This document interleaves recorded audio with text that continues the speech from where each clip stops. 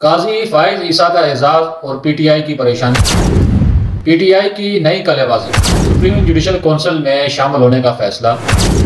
PTI की सफ़ों में इख्तिलाफात शिद्दत इख्तियार कर गए। अस्सलाम वालेकुम नाज़रीन, मैं हूं आपका मेज़बान उमर फारूक और आप देख रहे हैं मेरा यूट्यूब चैनल आगाही 313। तीन इशूज़ पे आज बात करूंगा मैं, और तीनों इशूज़ बड़े अहम हैं। सबसे बड़ा इशू तो वो है कि साबिक चीफ जस्टिस अपने रिटायरमेंट के अगले ही दिन इस तकरीब में शिरकत के लिए अहले खाना के हमरा लंदन पहुंच गए हैं, जिसकी उन्हें लंदन की उस यूनिवर्सिटी ने दावत दी थी जिसमें उन्होंने कभी तालीम हासिल की थी। उनकी जहाज में रवानगी की जो तस्वीर और वीडियो सोशल मीडिया पर वायरल थी, और यूथियों ने, पीटीआई के वर्करों ने, उनके सोशल मीडिया ब्रिगेड ने, प्रोपेगेंडा ब्रिगेड ने यह प्रोपेगेंडा शुरू कर दिया कि काजी भी भाग गया और नवाज शरीफ भी मुल्क से भाग गया। हालांकि इस बात का हकीकत से कोई ताल्लुक नहीं था। जस्टिस रिटायर काजी फाइज ईसा रवां महीने की 29 तारीख को लंदन में मिडिल टेम्पल सोसाइटी की तकरीब में शिरकत के लिए बरतानिया गए हैं, जहां उन्हें दीगर 3 शख्सियात के साथ मिडिल टेम्पल इन में बतौर बेंचर शामिल किया गया है। काजी फाइज साहब पाकिस्तान की पहली शख्सियत हैं जिन्हें मिडिल टेम्पल में बतौर बेंचर शामिल किया गया है। मिडिल टेम्पल की बेंच में शामिल बेंचर्स की अक्सरियत इस वक्त दुनिया भर में आला अदलिया के कलीदी अहदों पर फाइज है। तो यूं ये पाकिस्तान के लिए भी एजाज है, काजी फाइज ईसा और उनकी फैमिली के लिए भी एजाज है कि एक जज को पाकिस्तान से उन्होंने मुंतखब किया है और अपने उस बेंचर में शामिल किया है। मैं आगे आपको बताऊंगा ये बेंचर क्या होता है। वैसे उससे पहले बता दूं, ये गोरे बड़े ही जालिम हैं। उन्होंने ऑक्सफोर्ड यूनिवर्सिटी के चांसलर के इलेक्शन के लिए इमरान खान को नायल कर दिया, और दूसरी तरफ काजी फाइज ईसा को अपने इदारे के एक ओहदे के लिए मुंतखब ही नहीं कर दिया बल्कि दावत भी दे डाली। इसका मतलब यह है कि गोरे जानते हैं कि कौन सी शख्सियत किस ओहदे के लिए मुनासिब है, मौजू है, और कौन उनके इदारों के लिए ज्यादा बेहतर है और उससे खिदमात हासिल की जा सकती हैं। इमरान खान को अपने इदारे का ओहदा भी नहीं देना चाहते, मगर पाकिस्तान में फितने और साजिश के लिए उसे रिहाई का मुतालबा भी कर रहे हैं। वो हमारा गोरा जी से ये सवाल है कि जो शख्स उनके इदारे के लिए चांसलर बनने का भी अहल नहीं है, वो शख्स पाकिस्तान की सियासत के लिए कैसे अहल हो सकता है। अमेरिका के बाद बरतानवी मेंबरान पार्लियामेंट की तरफ से इमरान खान की रिहाई का मुतालबा, ये बड़ा ही अजीब है कि जिस शख्स को वो अपने मुल्क में नाअहल करार दे चुके और उसे मौजू नहीं समझा, और 40 उम्मीदवारों में से सिर्फ 2 उम्मीदवारों को यह एजाज हासिल हुआ कि उनके कागजात नामजदगी मुस्तरद हुए, उसमें हमारे खान साहब शामिल थे, और हमारी अदालतों ने उसे नाअहल करार दिया है और उसके ऊपर जराइम साबित होने के बाद उसे जेल में डाला है, उसकी रिहाई का मुतालबा कर रहे हैं। बहरहाल एक बात तो अच्छी है कि उन्होंने काजी फाइज ईसा जैसे मौजू शख्सियत का इंतखाब किया अपने इदारे के लिए। इसी हवाले से बात करता चलूं कि सुप्रीम कोर्ट में अपने एजाज में मुनक़िदा फुल कोर्ट इजलास में जस्टिस काजी फाइज ईसा ने बताया था कि उनकी 3 नस्लों ने मिडिल टेम्पल से कानून की डिग्री हासिल कर रखी है। काजी फाइज ईसा के वालिद काजी ईसा ने भी मिडिल टेम्पल के ग्रेजुएट थे, जबकि काजी फाइज ईसा ने भी 42 साल कबल यहीं से कानून की तालीम मुकम्मल की थी। काजी फाइज ईसा के बाद उनकी जो साहबजादी हैं सहर काजी, उन्हें भी इसी इदारे से कानून की डिग्री मुकम्मल कर रखी है। सुप्रीम कोर्ट के हुक्म के मुताबिक साबिक चीफ जस्टिस काजी फाइज ईसा को इस साल मई में तकरीब में शिरकत की दावत दी गई थी। काजी फाइज ईसा ने मिडिल टेम्पल की इंतजामिया को आगाह किया था कि वो 25 अक्टूबर को अपनी रिटायरमेंट के बाद ही इस तकरीब में शिरकत कर सकते हैं, जिस पर उनके एजाज में तकरीब की तारीख 29 अक्टूबर यानी ये जो कल आ रहा है उसको मुकर्रर की थी। इस मौके पर मिडिल टेम्पल इंतजामिया ने बेंचर्स के एजाज में एशाइये का भी एहतमाम कर रखा है। इससे एक चीज और साबित हुई कि काजी फाइज ईसा मई में ही फैसला कर चुके थे कि वो 25 को अक्टूबर को रिटायर हो जाएंगे। ये भी उनके खिलाफ एक प्रोपेगेंडा था कि वो एक्सटेंशन ले रहे हैं या किसी अदालती बेंच के आईनी बेंच के सरबराह बन रहे हैं।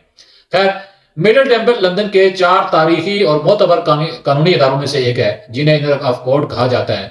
लंदन में 4 इंजन ऑफ कोर्ट हैं जिन्हें इंग्लैंड एंड वेल्स मैन पेपर ब्रेस्टर की प्रोफेशनल एसोसिएशन को भी कहा जाता है। इन 4 इंजन में ऑफ कोर्ट भी शामिल है और मिडिल टेम्पल भी शामिल है।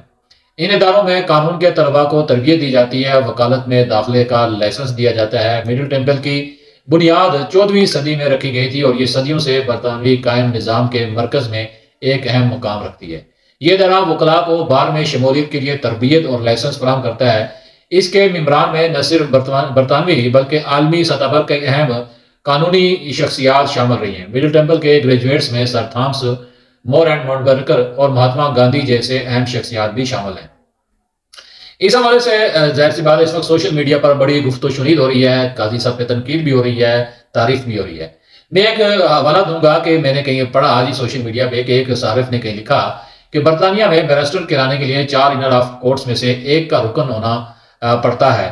कायदे आजम लिखकर इनके रुकन थे और अब काजी फाइज साहब जैसी गोल्ड जो को मिडिल टेम्पल में इनमें बतौर बेंचर शामिल किया जा रहा है, जो रुकन बनने से भी ज्यादा बड़े एजाज की बात है।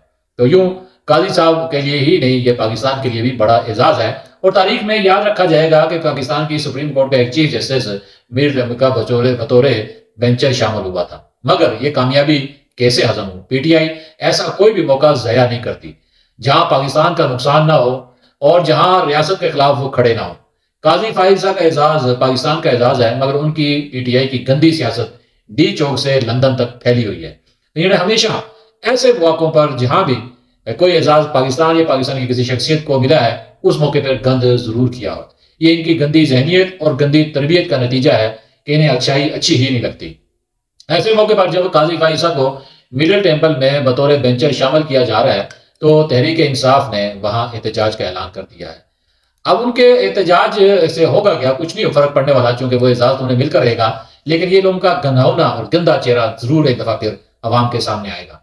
इस सिलसिले में पीटीआई के बरतानिया में मकामी क्यादत मुतहरक है, बल्कि मरकजी क्यादत भी कारकुनान को इस एहतजाज में शामिल होने की काल दे रही है। साबिक deputy speaker assembly Qasim Suri ने भी बरतानिया में मुकीम पाकिस्तानी कम्युनिटी से इस एहतजाज में शामिल होने की अपील की है। वो कासिम सूरी जो जाली वोटों पर 5 साल तक कौमी असम्बली में बैठा रहा और उसको शर्म नहीं आई कि वो इन जाली वोटों की जाली जीत पर किस तरह लोगों के फैसले भी करता रहा।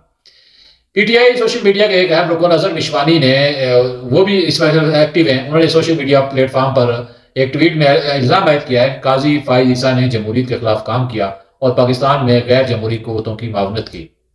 बरतानिया में पीटीआई से मुंसलिक साहबजादा जहांगीर भी अपने एक पोस्ट में बरतानिया में मुकीम पाकिस्तान और अपनी जमात के कारकुनान से कहा है कि वो मिडिल टेम्पल के बाहर 29 अक्टूबर को एहतजाज के लिए जमा हो। नाज़रीन, ये इनका वो घिनौना चेहरा है पीटीआई का, जो आपको वक्तन फवक्तन मिलेगा। और उन्होंने जिस तरह से अपने कारकुनों की तरबियत की है, ये तो वो कारकुन है जो अपने बाप के खिलाफ भी एहतजाज करने को तैयार हो जाते हैं कि उन्हें पैदा क्यों किया। खैर, ये एहतजाज क्यों हो रहा है पीटीआई का कि जिस तरह से ये सियासत में कलाबाजियां खाते हैं, आप इसको यू टर्न कहें या इसको मुनाफकत कहें, कुछ भी कहें, लेकिन ये एक ही मौके पर एक बात कर रहे होते हैं और 10 कदम आगे जाने के बाद दूसरी बात यू टर्न ले चुके होते हैं। तो एक ही वक्त में कोई इनसे सीखे दो बातें करना, ये दो मुंह वाले ये जो सांप हैं, ये हमारे पाकिस्तान पर इस वक्त अजाब बने हुए हैं। तहरीक इंसाफ ने जुडिशल कमीशन ऑफ पाकिस्तान का बाकायदा हिस्सा बनने का फैसला किया है, ये आज की खबर है, और पार्लियामान के दोनों ऐवानों से अराकीन नामजद करने पर इत्तेफाक किया है। पीटीआई की सियासी कमेटी के खुसूसी इजलास के बाद जारी एलामिया में बताया गया कि हिज़्ब इख्तिलाफ की जानिब से जुडिशल कमीशन के लिए 2 अराकीन नामजद किए जाएंगे और स्पीकर कौमी असम्बली की जानिब से भेजे गए खत पर जामे ब्रीफिंग दी गई। इस हवाले से पीटीआई कहती है कि 13 रुकनी जुडिशल कमीशन के फैसले सादा अक्सरियत से किए जाएंगे और हिज़्ब इख्तिलाफ के अराकीन का किरदार निहायत अहमियत का अमल होगा। सियासी कमेटी ने मुत्तफिका तौर पर इस तजवीज़ की मंजूरी दी है कि जिसे कोर कमेटी और बानी पीटीआई इमरान खान की जो आत्मी मंजूरी के बाद पेश किया जाएगा। बड़ा ही अजीब बात है जी। पीटीआई ने उस पार्लियामानी कमेटी का बाइकाट किया था जहां 2/3 अक्सरियत से चीफ जस्टिस की तकर्री होना थी, जहां चीफ जस्टिस की तकर्री का रास्ता रोका जा सकता था। पीटीआई का ये इकदाम जाहिर करता है कि इनकी मिली भुगत से नए चीफ जस्टिस का तकर्रुर हुआ और इनकी रजामंदी से ये सारा कुछ हुआ। अब ये जिस जुडिशल कमीशन में शामिल हुए हैं, वहां तो 2/3 जरूरत ही नहीं हुकूमत को। हुकूमत के बाद 6 वोट भी हुए, सादा अक्सरियत भी हुई, तो वो उसके फैसले करवा लेगी। तो यूं पीटीआई एक तरफ तो इस आईनी तरमीम को मानती नहीं, गैर कानूनी गैर आईनी करार देती है, और दूसरी तरफ इसके हवाले से जो भी इस वक्त फैसले इंप्लीमेंट हो रहे हैं उन पर अमल दरामद भी कर रही है। तो इनका ये दो रुखा चेहरा आपको या कौम को अब भी अगर नहीं समझ आ रहा तो पता नहीं कब समझ आएगा। ये जो जुडिशल कमीशन है, इसको supreme court, high court, federal शिरी कोर्ट में जजेस की तकर्रियों और हाई कोर्ट के जजेस की कारकर्दगी पर नजर रखने का इख्तियार दिया गया है। दूसरी तरफ सुप्रीम जुडिशल काउंसिल का इजलास 8 नवंबर को अगले महीने मतलब है चीफ जस्टिस ने तलब कर लिया है, जबकि इंसदाद दहशतगर्दी अदालतों के इंतजामी जजेस का इजलास भी अनकरीब होगा। इस वक्त फुल कोर्ट इजलास भी चल रहा है जहां चीफ जस्टिस की सदर तमाम जजेस शरीक हैं, सिवाय जस्टिस मंसूर अली शाह के, वो इस वक्त मुल्क से बाहर है।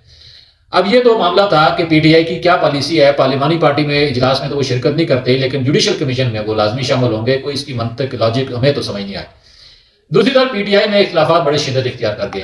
इख्तिलाफात की लहर इस वक्त पैदा हुई जब बुशरा बीबी की रिहाई के बाद पेशावर में डेरा लगा लिया उसने, और पीटीआई के रहनुमा बुशरा बीबी पर बराह रास्त तनकीद के बजाय अब वो इस तरह तनकीद कर रहे हैं कि एक ग्रुप अली अमीन गंडापुर पे तनकीद कर रहा है, एक ग्रुप सियासी क़यादत पे तनकीद कर रहा है, एक ग्रुप पार्लियामानी पार्टी पे तनकीद कर रहा है, और एक ग्रुप इंसानों पर तनकीद कर रहा है। एक लोग ने अभी, मैं आज ही पढ़ रहा था कि किसी अजहर मिशवानी या किसका ट्वीट था पीटीआई के रहनुमा का, कि वो ये कह रहे हैं कि बुशरा बीबी और हलीमा खान को सियासत में आना चाहिए ताकि फ्राडियों से जान छूट सके। पीटीआई में तो सारे ही फ्राडी हैं, हमें नहीं पता ये किससे जान छोड़ने की बात कर रहे हैं। ये क्या बात हो कि वो सियासत ना करें और इमरान खान जेल में जाली लीडरों के सहारे छोड़ दें, उन्हें फौरन सियासत में आना चाहिए। अच्छा, एक और मजे की बात, सोशल मीडिया पर इस वक्त पीटीआई के दरमियान जो घमसान का रन पड़ा हुआ है, वो लड़ाई साबिक वज़ीर इत्तलाफ फवाद चौधरी और उनके भाई फैसल फरीद की सेक्रेटरी जनरल सलमान अकरम राजा पर तनकीद के बाद शुरू हुई थी, जो कि थमने का नाम नहीं ले रही। इस लड़ाई का आगाज चंद रोज कबल फवाद चौधरी के भाई और पीटीआई के लीगल टीम के मेंबर फैसल फरीद की मुबैना तौर पर लीगल टीम से अलग करने से हुआ। मीडिया में रिपोर्ट के मुताबिक फैसल चौधरी को पीटीआई के वकला के व्हाट्सएप ग्रुप से भी निकाल दिया गया था।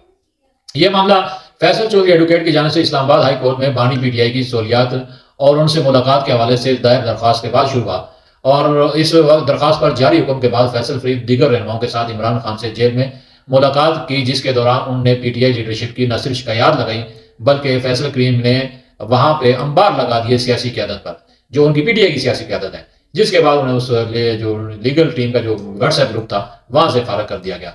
अब फवाद चौधरी कहाँ उसमें बैठने वाले थे, उन्होंने मुख्तलिफ टीवी टॉक शोज और ट्विटर पर पोस्टों के जरिए पार्टी की मौजूदा क़यादत सेक्रेटरी जनरल सलमान अकरम राजा को निशाने पर रख लिया और उन्होंने बड़ा अहम बात कही है। उन्होंने कहा अगर फ़ाइज़ ईसा ने तहरीक इंसाफ को शदीद नुकसान पहुंचाया तो फ़ाइज़ ईसा के वकील और पार्टनर अहमद खान और सलमान अकरम राजा इसी जुर्म में बराबर के शरीक हैं। दोनों ने अपने ज़ाती मफाद के लिए पार्टी मफादात की कुर्बानी दी। दोनों फ़ाइज़ ईसा जैसे काम करते रहे और आखिरी महीने जब यकीन हो गया कि काजी नहीं रहेगा तो उसके खिलाफ हो गए। तो नाजरीन, ये इस वक्त इसमें और भी लोग इस वक्त ट्विटर पर लगे हुए हैं, एक दूसरे की वो न सिर्फ शलवारें उतार रहे हैं बल्कि एक दूसरे से चेहरों से नकाब भी नोच रहे हैं। खैर, इनके चेहरे भयानक चेहरे वो आपने पहले भी देखे, आइंदा भी देखे रहेंगे। और फवाद चौधरी ने को ये कहा कि फौज अगर किसी सूबेदार ऑफिशियल को लगा देती, उसके बजाय ये सलमान अकरम सूबेदार ऑफिशियल को लगाने के बजाय किसी सलमान अकरम को लगा देती तो ये काफ़ी था। सलमान अकरम राजा पानामा से लेकर नवाज शरीफ का वकील है और बाकी कौन लोग हैं इस्टेब्लिशमेंट ने हमें तशद्दुद और जेलों में डालकर अपनी नुमाइंदे पार्टी पर मुसल्लत किए हैं। तो ये इस वक्त मामला चल रहा है पीटीआई में। जो शेर अफजल मरवत हैं या अजहर मिशवानी हैं, वो अफजल मिशवानी फवाद चौधरी पे तनकीद कर रहे हैं कि वो उन पर कह रहे हैं कि पाकिस्तान में जो हालत इस वक्त सोशल मीडिया ने इस्टेब्लिशमेंट को सियासत में मुदाखलत और तहरीक इंसाफ को खुश करने के क्रश करने के मनसूबे से है। आप सोशल मीडिया वर्कर्स पर तनकीद कर रहे हैं, हालांकि उन्हें रजीम चेंज के मनसूबे को नाकाम बनाया वगैरह वगैरह, जो झूठ जो गंद इस वक्त इन्होंने फैला रहे हैं वो इस वक्त लगा हुआ है। शेर अफजल मरवत का कहना है कि अली अमीन के एहतजाज को जवाब बनाकर गवर्नर राज के लिए भी रास्ता हमवार हो सकता है, तो वो उनको कह रहे हैं कि इस तरह का रास्ता ना अपनाएं। दूसरी तरफ बुशरा बीबी के पेशावर में जो बैठ के एक्टिविटी हो रही है उस पर बड़े लोगों के तहफ़्फ़ुज़ात हैं पीटीआई के, और तीसरी तरफ हलीमा खान और जो उनकी बहनें उज़मा खान वो रिहा हो चुकी हैं, वो अपना एक खेमा लगा के बैठना चाह रही हैं और वो कह रही हैं कि हम ही इसकी वारिस हैं। और एक तरफ वो पार्लिमानी पार्टी है जो हुकूमत के साथ मिली हुई है, एस्टेब्लिशमेंट के साथ मिली हुई है, उनकी डील पक्की हो चुकी है। तो यूँ इस पीटीआई में इस वक्त जो एक और बड़ी बात कि ज़ैन कुरैशी जो शाह महमूद कुरैशी के बेटे उन्होंने डिप्टी पार्लिमानी लीडर से इस्तीफा दे चुके हैं, और शाह महमूद कुरैशी का तो ये नाम तक नहीं ले रहे, वो भी हालांकि इमरान खान के साथ ही कैद हुए थे लेकिन उनका कोई पता नहीं वो कहाँ पे हैं। जबकि जो सदर थे पीटीआई के परवेज़ इलाही रिहाई के बाद बिल्कुल खामोश हैं। तो यूँ ये वो पीटीआई है जो इस वक्त एक इंतशार का शिकार है, और ये इंतशार ऐसे वक्त में पूरे मुल्क में फैल रहा है और उनकी जो नोक झोंक है उससे पूरा मुल्क मुस्तफीद हो रहा है। और ये इनकी आपस की लड़ाइयाँ ये इसी तरह चलती रही तो जल्द आप देखेंगे कि पीटीआई कई ग्रुपों में तकसीम होके वो आपस में टकराएंगे और बिलाकर इसका अंजाम भी किसी माजी की एक पार्टी की तरह हो जाएगा।